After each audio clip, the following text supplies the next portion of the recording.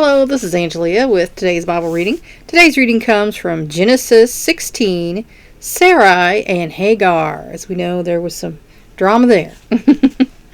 Now Sarai, Abram's wife, had borne him no children, and she had an Egyptian maid, whose name was Hagar. So Sarai said to Abram, "Now behold, the Lord has prevented me from bearing children. Please go in to my maid. Perhaps I will obtain children through her." And Abram listened to the voice of Sarai. I bet he did. After Abram had lived 10 years in the land of Canaan, Abram's wife Sarai took Hagar, the Egyptian, her maid, and gave her to her husband Abram as his wife.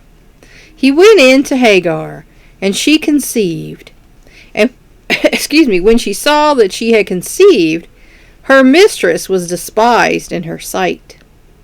And Sarai said to Abram, "May the wrong done me be upon you. I gave my maid into your arms, but when she saw that she had conceived, I was despised in her sight. May the Lord judge between you and me." But Abram said to Sarai, "Behold, your maid is in your power. Do to her what is good in your sight." So Sarai treated her harshly, and she fled from her presence. Now the angel of the Lord found her by a spring of water in the wilderness, by the spring on the way to Shur. He said, "Hagar, Sarah's maid, where have you come from, and where are you going?" And she said, "I am fleeing from the presence of my mistress Sarai." Then the angel of the Lord said to her, "Return to your mistress, and submit yourself to her authority." Moreover, the angel said of the Lord to her, "I will greatly multiply your descendants, so that they will be too many to count." The angel of the Lord said to her further, "Behold, you are with child, and you will bear a son, and you shall call his name Ishmael, because the Lord has given heed to your affliction. He will be a wild donkey of a man. His hand will be against everyone." And we all know somebody like that, don't we? "And everyone's hand will be against him. And he will live to the east of all his brothers." Then she called the name of the Lord who spoke to her, "You are a God who sees." For she said, "Have I even remained alive here after seeing him?" Therefore the well was called Bir Lahai Rol. Behold, it is between Kadesh and Bered.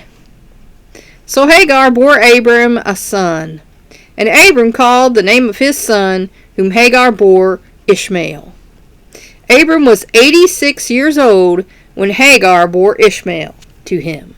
So that's pretty old to become a dad, but, evidently it used to happen that way. It probably don't happen much nowadays, but, Let's see what our biblical scholars have to say about this. Paul uses Hagar as an illustration. Gave her to her husband. After 10 childless years, Sarah resorted to the custom of the day by which a barren wife could get a child through one of her own maidservants. "I will obtain children through her." Abram, ignoring divine reaction and assurance in response to his earlier attempt to appoint an heir, sinfully yielded to Sarai's insistence, and Ishmael was born. How much of a fight did he put up, ladies? One wonders. "Wrong done me be upon you. I was despised." Sarai, not anticipating contemptuous disregard by Hagar as a result of her solution for barrenness, blamed Abram for her trouble and demanded judgment to rectify the broken mistress-servant relationship. Abram transferred his responsibility to Sarai, giving her freedom to react as she wished. "Your maid is in your power." Sarai treated her so badly, she left. The angel of the Lord, this special individual, spoke as though he were distinct from Yahweh, yet also spoke in the first person as though he were indeed to be identified as Yahweh himself, with Hagar recognizing that in seeing this angel, she had seen God. Others had the same experience and came to the same conclusion. The angel of the Lord, who does not appear after the birth of Christ, is often identified as the pre-incarnation of Christ. And a lot of people think that. I don't know. I wasn't there. When I die, I might know. But, it could have just been angel, but we don't know.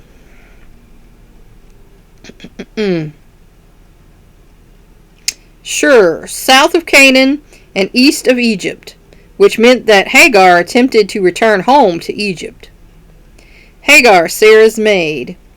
Both the salutation and the instruction, return and submit, given by the angel, and the response by Hagar treated the mistress-servant relationship as if it were still intact. Rebelling and absconding was not the solution. I will greatly multiply. A servant she might have been, but mother of many she would also become, thus making Abram the father of two groups of innumerable descendants. Call his name Ishmael. With her son's name meaning God hears, Hagar the servant could not even forget how God had heard her cry or affliction. A wild donkey of a man. The untamable desert onager, wild donkey, best described the fiercely aggressive and independent nature Ishmael would exhibit, along with his Arabic descendants. You are a God who sees. Recognizing the angel as God and ascribing this new name to him arose from Hagar's astonishment at having been the object of God's gracious attention. The theophany and revelation led her to call him also the living one who sees me. His son, Ishmael, 86 years old. Abram was 75 when he left Haran.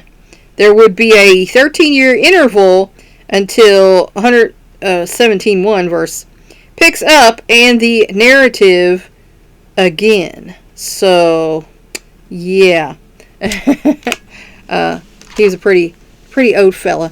Now let's look at some supporting scriptures here. Exodus 3:2. The angel of the Lord appeared to him in a blazing fire from the midst of a bush. And he looked, and behold, the bush was burning with fire, yet, the bush was not consumed. So Moses said, I must turn aside now and see this marvelous sight, why the bush is not burned up. When the Lord saw that he turned aside to look, God called to him from the midst of the bush and said, Moses, Moses. And he said, Here I am. Then he said, Do not come near here. Remove your sandals from your feet, for the place on which you are standing is holy ground. And I guess that's, to illustrate that God does come in the form of different things, or angels, or, pre-incarnation of Jesus. I don't know. But he has come and talked to, many people. Numbers 22:22. The angel and Balaam. But God was angry because he was going, and the angel of the Lord took his stand in the way as an adversary against him. Now he was riding on his donkey, and his two servants were with him. When the donkey saw the angel of the Lord standing in the way with his drawn sword in his hand, the donkey turned off from the way and went into the field. But Balaam struck the donkey to turn her back into the way. Then the angel of the Lord stood in a narrow path of the vineyards, with a wall on this side and a wall on that side. When the donkey saw the angel of the Lord, she pressed herself to the wall and pressed Balaam's foot against the wall, so he struck her again. The angel of the Lord went further, and stood in a narrow place where there was no way to turn to the right hand or the left. When the donkey saw the angel of the Lord, she lay down under Balaam. So Balaam was angry and struck the donkey with his stick. And the Lord opened the mouth of the donkey, and she said to Balaam, What have I done to you, that you have struck me these 3 times? Then Balaam said to the donkey, And of course, evidently he is so mad that it doesn't astonish him that this donkey is talking to him. He's just going to answer it. Because you have made a mockery of me. If there had been a sword in my hand, I would have killed you by now. The donkey said to Balaam, Am I not your donkey on which you have ridden all your life to this day? Have I ever been accustomed to do so to you? And he said, No. Then the Lord opened the eyes of Balaam, and he saw the angel of the Lord standing in the way, with his drawn sword in his hand, and he bowed all the way to the ground, as he should have. This is kind of a dramatic event where, his donkey just basically started talking to him and saying, Hey man, there's a reason for this. And then suddenly he sees the angel of the Lord there, so he's having a weird day. The angel of the Lord said to him, Why have you struck your donkey these 3 times? Behold, I have come out as an adversary, because your way was contrary to me. But the donkey saw me and turned aside from me these 3 times. If she had not turned aside from me, I would surely have killed you just now, and let her live. Balaam said to the angel of the Lord, I have sinned, for I did not know that you were standing in the way against me. Now then, if it is displeasing to you, I will turn back. But the angel of the Lord said to Balaam, Go with the men, but you shall speak only the word which I tell you. So Balaam went along with the leaders of Balak. Of course, we know how that's going to go later. Not how Balak wanted it. Judges 6:11. Then the angel of the Lord came and sat under the oak that was in Ophrah. Not Oprah, but Ophrah. Or you could pronounce it Oprah. Which belonged to Joash the Abiezrite, and his son Gideon was beating out wheat in the winepress in order to save it from the Midianites. The angel of the Lord appeared to him and said to him, The Lord is with you, O valiant warrior. Then Gideon said to him, O my Lord, if the Lord is with us, why then has all this happened to us? And where are all his miracles, which our fathers told us about, saying, Did not the Lord bring us up from Egypt? But now the Lord has abandoned us, and given us into the hand of Midian. The Lord looked at him and said, Go in this your strength, and deliver Israel from the hand of Midian. Have I not sent you?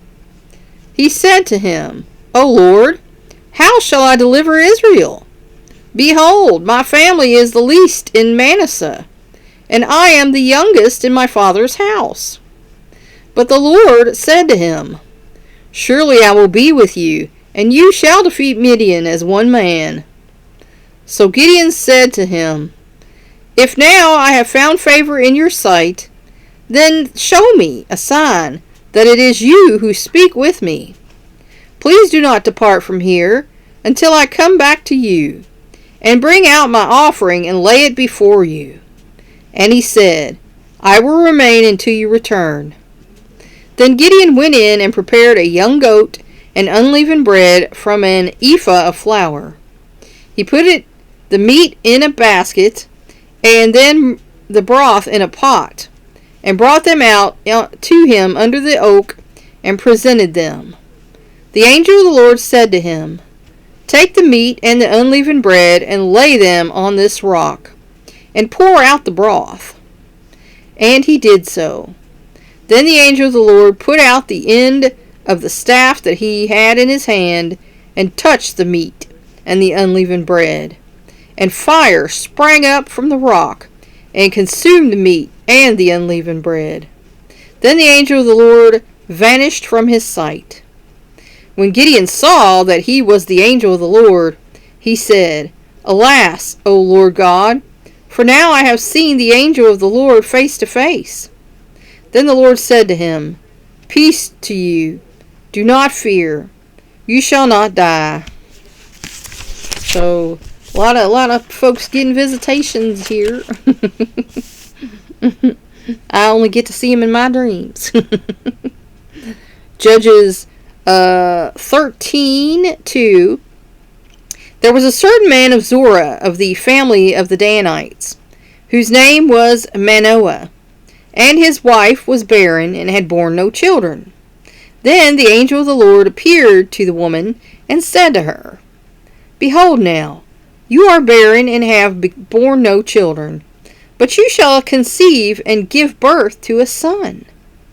Now therefore, be careful not to drink wine or strong drink, nor eat any unclean thing. For behold, you shall conceive and give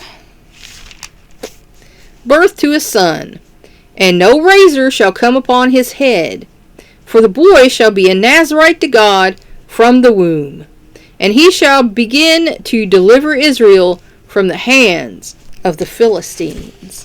And of course we know that boy grew up to be Samson. 1 Kings 10:5.